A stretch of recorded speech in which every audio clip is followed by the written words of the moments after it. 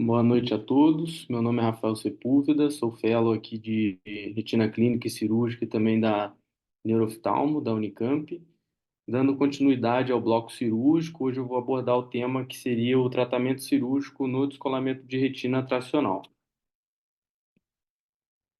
Essa é a agenda da aula, vou fazer uma breve introdução, principalmente para os residentes mais novos, né, que assistem nossa reunião.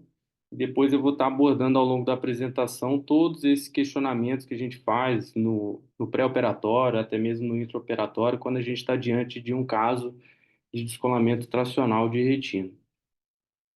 Então, o Ryan, ele define o descolamento de retina em si como a separação, né, da retina neurosensorial do epitélio pigmentar, e ele também classifica devido à presença ou não de um componente tracional. E quando a gente está falando do descolamento tracional mesmo de retina, disparado, a principal etiologia é a retinopatia diabética, é o que a gente vai encontrar na maioria dos estudos, mas a gente também tem outras causas, como a retinopatia da prematuridade, retinopatia falciforme, as oclusões de ramo e outras doenças vasculares da retina. Então, atrás apenas do descolamento de retina regmatogênico, o descolamento de retina tracional é a segunda causa mais comum, né? E ele é causado por forças vitro-retinianas que afastam mecanicamente a retina do EPR subjacente. E essas podem ocorrer dentro do corpo vítreo, na superfície interna da retina ou até mesmo abaixo da retina, como ocorre na fibrose subretiniana. Na maioria dos casos, essa tração está associada a uma membrana clinicamente aparente. Normalmente possuem fibroblastos, células gliais e EPR como constituintes celulares. E ainda na literatura você encontra evidências experimentais que demonstraram, né, a natureza contrátil desses grupos de células. Então aqui é um exemplo do Ryan também, que ele coloca que em contraste com o descolamento de retina regmatogênico, que muitas das vezes tem uma superfície convexa, até mesmo bolhosa, como a gente pode observar na figura da esquerda, o descolamento de retina por tração típico, ele tem uma superfície mais côncava e é provável que seja mais localizado, muitas vezes não se estendendo até a hora serrata, como a gente pode observar à direita. Abordando agora sobre as medicações, né, do antiangiogênico, que por vezes a gente realiza no pré-operatório, apesar da sua eficácia comprovado na inibição da neovascularização, acredita-se aqui eu coloquei sobre o bevacizumab, só que isso se estende para as outras medicações que bloqueiam, né, que inibem o VEGF. Em pacientes com retinopatia diabética proliferativa, induz a contração fibrovascular, levando ao descolamento tracional, até mesmo agravando a retinopatia diabética pré-existente. Isso é mediado por uma troca profibrótica relatada após os primeiros dias da administração da medicação, com uma redução significativa no componente neovascular, mas acompanhada por um aumento acentuado nos elementos contráteis. Então, depois que a gente colocou na balança e decidiu usar a medicação no pré-operatório, qual seria o tempo ideal para a gente fazer isso? Foi o que esse ensaio clínico randomizado teve como objetivo encontrar esse período de tempo ideal para administrar a medicação. E aí foram 156 pacientes com complicações relacionadas à retinopatia diabética proliferativa, que necessitaram da vitrectomia posterior e foram randomizados prospectivamente em dois grupos. O grupo A recebeu o Avastin nessa dosagem de 1 a 3 dias antes da cirurgia e o grupo B recebeu a medicação de 5 a 10 dias antes. O desfecho primário do estudo foi a melhor acuidade visual corrigida em 6 meses de acompanhamento. Já os desfechos secundários seriam o tempo de cirurgia intraoperatória, complicações intra e pós, e a incidência de vitreia não planejada em 6 meses de acompanhamento. Nos resultados, né, 125 indivíduos foram submetidos à cirurgia e completaram o intervalo mínimo ali de acompanhamento de 6 meses. Os pacientes do grupo B, que realizaram a medicação de 5 a 10 dias antes, eles tiveram uma melhor acuidade visual corrigida final e foram menos propensos a ter uma complicação pós-operatória quando comparados aos pacientes do grupo A. A diferença média também da acuidade final entre os grupos foi de 0,22 logMAR, valores com significância estatística. Esse outro estudo, ele ainda coloca que quando você administra, né, o Avastin pré-operatório, ele teria um efeito protetor também no desenvolvimento do edema macular diabético em 12 meses de pós-operatório. Aqui já é uma revisão sistemática que também aborda essa linha, né, do bevacizumab intravítrea, pré-operatório da vitrectomia para pacientes com retinopatia diabética. Aqui é o flowchart do trabalho, ele incluiu 3 estudos, né? E eles viram que uma única dose pré-operatória do bevacizumab foi associada a um tempo cirúrgico médio mais curto e menos rupturas retinianas e iatrogênias. Além disso, os pacientes pré-tratados com a medicação demonstraram ter uma acuidade visual, né, melhor corrigida, estatisticamente significativa melhor na última visita de acompanhamento, menos episódios de hemorragia vítrea pós-operatória e uma taxa reduzida de vitrectomia de revisão. Agora eu vou abordar com relação às microincisões, que seriam o que a gente utiliza atualmente, de 23 e 25 gauss, se existe alguma diferença entre elas, e também discorrer sobre a técnica bimanual que a gente utiliza nesses casos. Né? Com relação à técnica bimanual, a delaminação da membrana ela pode ser realizada por essa técnica que ajuda a obter uma remoção mais completa com menor número de complicações. A vantagem seria a capacidade de levantar a membrana com uma mão, visualizar as conexões finas com a retina e dissecá-las com o instrumento na outra mão, evitando assim danos inadvertidos à retina. Com relação às microincisões, esses calibres que a gente utiliza atuais, né, de 23, 25 Gauss, eles são os menores e tem uma distância menor até a ponta em comparação com o que era utilizado, né, de 20 Gauss. E o cutter de menor diâmetro, ele pode ser facilmente inserido, então, entre a membrana fibrovascular e a retina, permitindo assim a segmentação bem-sucedida da mesma. Esse cutter de menor calibre, ele sendo mais fino, ele também pode ser usado como tesoura, né, para dissecção romba e aspiração simultânea de sangue, que pode por vezes estar obscurecendo o campo cirúrgico. Isso não apenas diminui a incidência da formação de ruptura retiniana e iatrogênica, mas também limita as trocas de instrumentos. Essa manobrabilidade do cutter é útil, então, na dissecção periférica, quando há separação mínima da hialoide posterior na periferia.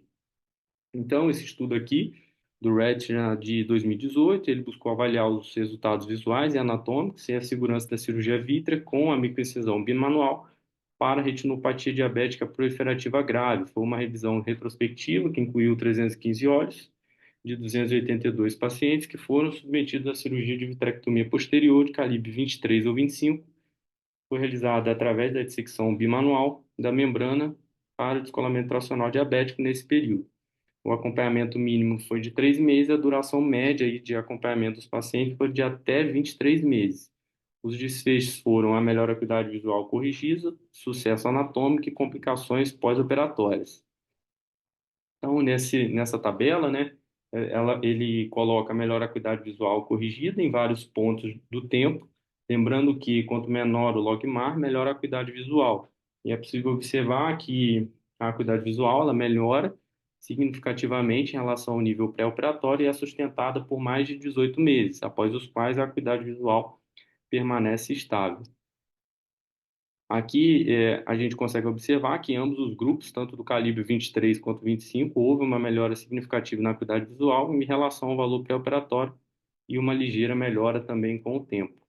No entanto, a melhora de 2 linhas é significativamente menor, né, com significância, no grupo que utilizou o calibre 25, apesar de uma acuidade visual pré-operatória significativamente melhor nesse grupo. E ele coloca algumas possíveis explicações. Poderia ser o maior número de pacientes com membranas mais extensas, porém sem significância, e um maior número de pacientes que necessitaram do tamponamento com óleo de silicone no grupo que utilizou o calibre 25. Isso a gente vai ver mais para frente, que o óleo ele tem um efeito potencial tóxico. E outra possível explicação poderia ser o efeito teto, visto no grupo de calibre 25, porque ele tinha uma melhor acuidade visual pré-operatória, limitando assim seus ganhos. Com relação às complicações pós-operatórias, a hemorragia vítrea recorrente foi a complicação mais comum, 18,4%. Observou uma menor incidência de hemorragia vítrea quando utilizou o calibre de 25 Gauss, né, de 3,5%, em comparação com o de 23, com 22%. Outras complicações que eles relataram foram a formação de membrana hiperretiniana, glaucoma intratável e também teve caso de endoftalmite. A incidência de hemorragia vítrea recorrente foi maior no período pós-operatório inicial, como a gente pode observar à esquerda, nas primeiras 6 semanas, e diminuiu ao longo do tempo. Vale ressaltar que também foi menor em pacientes que receberam Avastin pré-operatório, 16,7%, em comparação com 18,9% que não recebeu, porém esse valor não atingiu significância estatística nesse estudo. Então, a gente pode concluir que a melhora visual sustentada, a restauração anatômica e baixas taxas de complicações foram obtidas, né, em situações complexas com a cirurgia vítrea de microincisão bimanual. Os resultados eles foram piores quando você tem uma faixa etária mais avançada, descolamento de retina tracional extenso envolvendo a mácula, óleo, né, óleos com membranas extensas e também quando utilizou o óleo de silicone como tamponante. Porém, os grupos de calibre 23 e 25 eles foram comparáveis em relação ao melhora visual, sucesso anatômico e também complicações intra e pós-operatórias. Com relação ao peeling da membrana limitante interna, esse estudo publicado no Retina em 2022, ele buscou avaliar, né, o peeling nos resultados anatômicos e funcionais.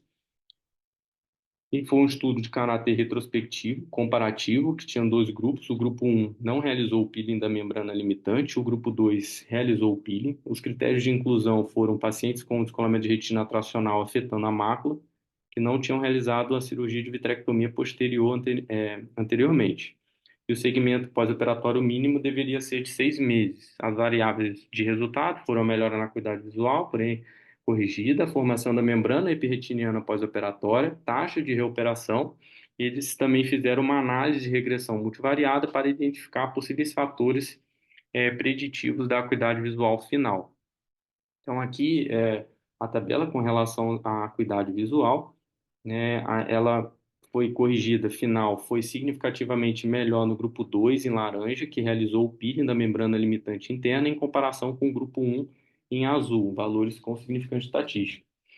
Com relação à formação da membrana epirretiniana, a taxa de reoperação não foi estatisticamente significativa entre os grupos, isso quando a gente olha por diversos fatores, né? Porém, a necessidade de reoperação devido à MER foi maior no grupo um, que não realizou o peeling, né, da membrana limitante. E com relação à análise de regressão multivariada, que também foi realizado, mostrou que apenas o peeling, né, foi um preditor significativo da acuidade visual final.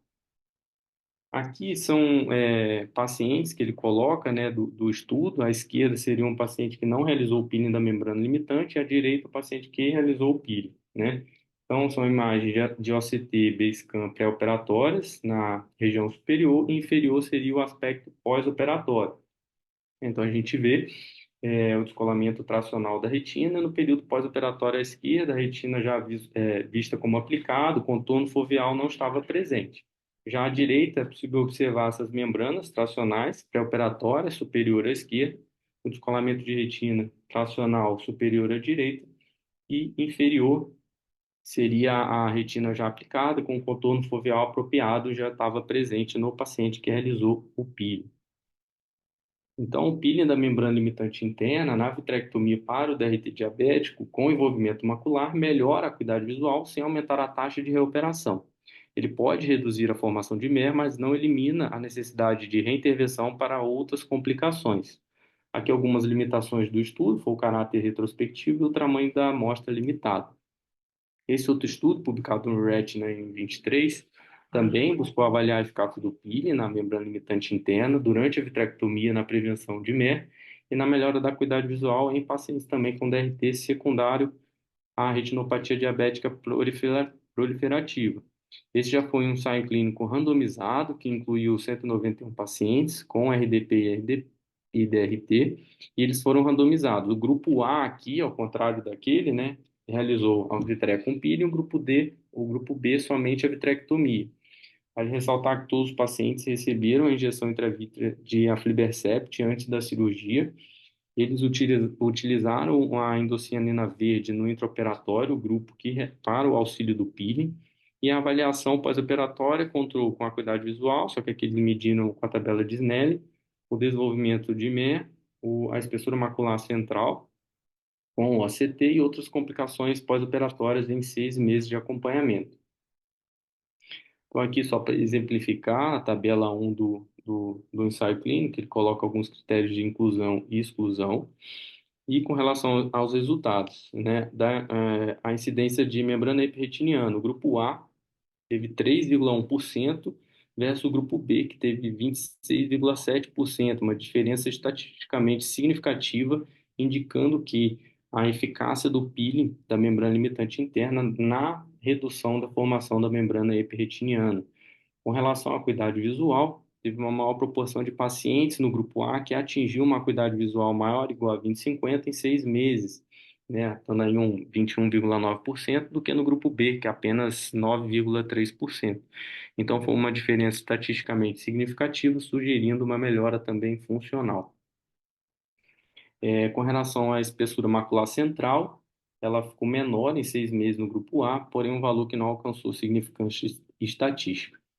Então, peeling da membrana limitante interna durante a vitrectomia reduz significativamente a incidência de MER pós-operatório e melhora a probabilidade desse paciente atingir uma acuidade visual maior ou igual a 20/50. Vale ressaltar que a hemostasia adequada antes do peeling é crucial para evitar assim um sangramento intraoperatório que pode obscurecer o campo cirúrgico. Algumas limitações são um estudo com segmento de curto prazo, apenas 6 meses, e o tamanho da amostra.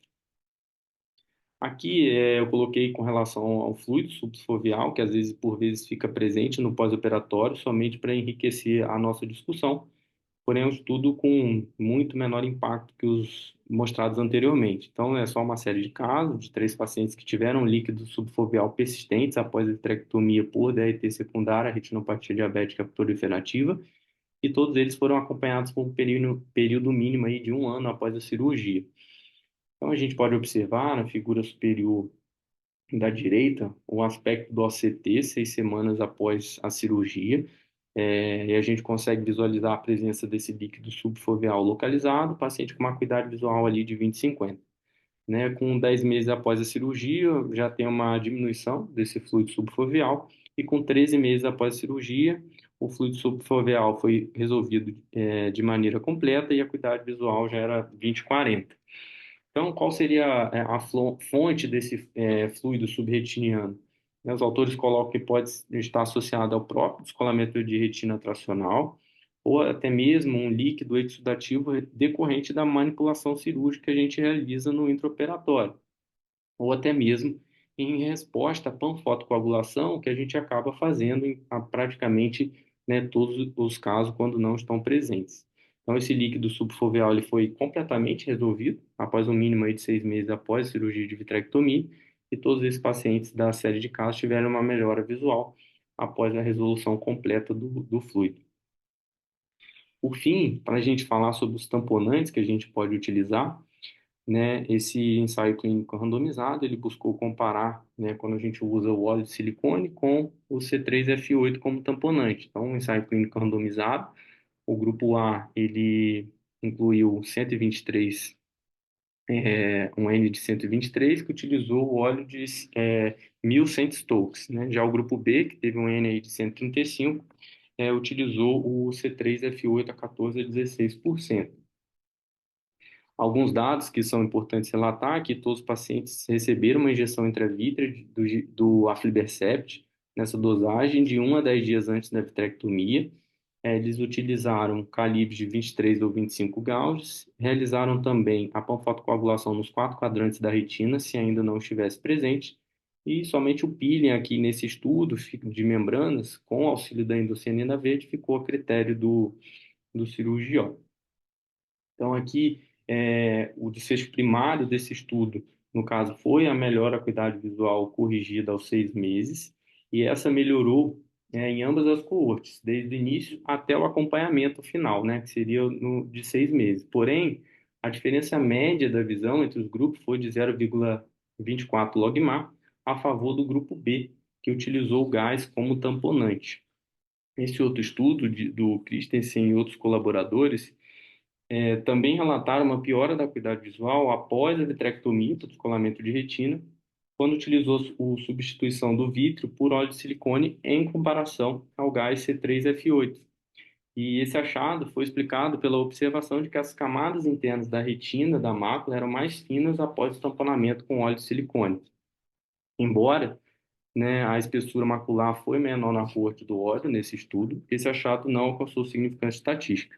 Não houve diferenças também significativas nas características basais, complicações intra ou pós, e na incidência de vitreia não planejada entre os grupos.